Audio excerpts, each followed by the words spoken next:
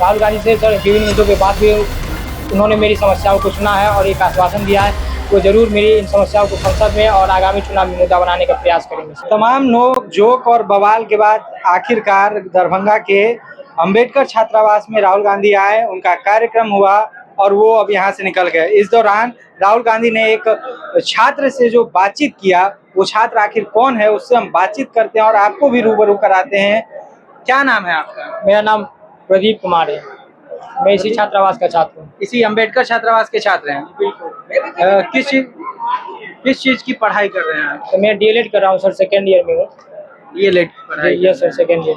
आप राहुल गांधी से मिलने ही आए थे? नहीं, मैं तो इसी छात्रावास में रहता हूँ सर, तो स्वाभाविक तौर पे ये कार्यक्रम मेरे कैंपस में हुआ है, तो इसमें हम लोग को पास दिया गया था एक स्पेशल कि आप लोग अगर राहुल गांधी से संवाद करना चाहते हैं तो आप उनसे संवाद कर सकते हैं। देखिए, ये तो पास पहले ही इन्हें दिया गया था। प्रदीप कुमार हैं जिन्हें पास दिया गया था कि राहुल गांधी से संवाद करना चाहते हैं तो मिलना चाहते हैं तो आप लोग आ सकते हैं। अच्छा। क्योंकि ये सर ये जगह छोटी है और ये जगह छोटी है तो इसमें अचानक भीड़ बहुत ज़्यादा आ जाती, तो किसको आने देते किसको नहीं आने देते। और चूंकि ये प्रोग्राम मतलब हम लोग के कैंपस में होनी थी तो हम लोग इसलिए था कि एक ये छात्रावासी छात्र है तो एक उस टाइप में है, ऐसा नहीं कि अब बस हम। कल से बवाल मचा हुआ था, प्रशासन ने बहुत रोकने की कोशिश की राहुल गांधी को, और आज भी जब तक कार्यक्रम का टाइमिंग था क्या लग रहा था कि राहुल गांधी आ पाएंगे, आप लोगों से मुलाकात होगी? जी सर, ऐसे तो हम लोग भी संशय की स्थिति में ही थे, क्योंकि हम लोग प्रशासन के का नोटिस देखे थे कि कल उन्होंने प्रोग्राम की मान्यता नहीं दी थी।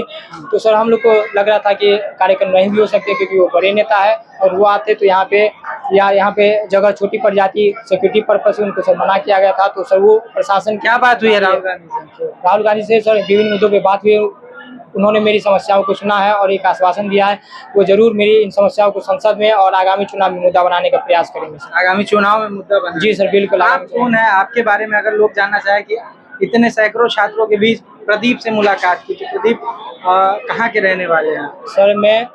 सर इस सब मेरा गांव हुआ बेनीपट्टी प्रखंड और डिस्ट्रिक्ट मधुबनी बिहार का, और इसी छात्रावास में रहता हूं सर, डीएलएड कर रहा हूं सर।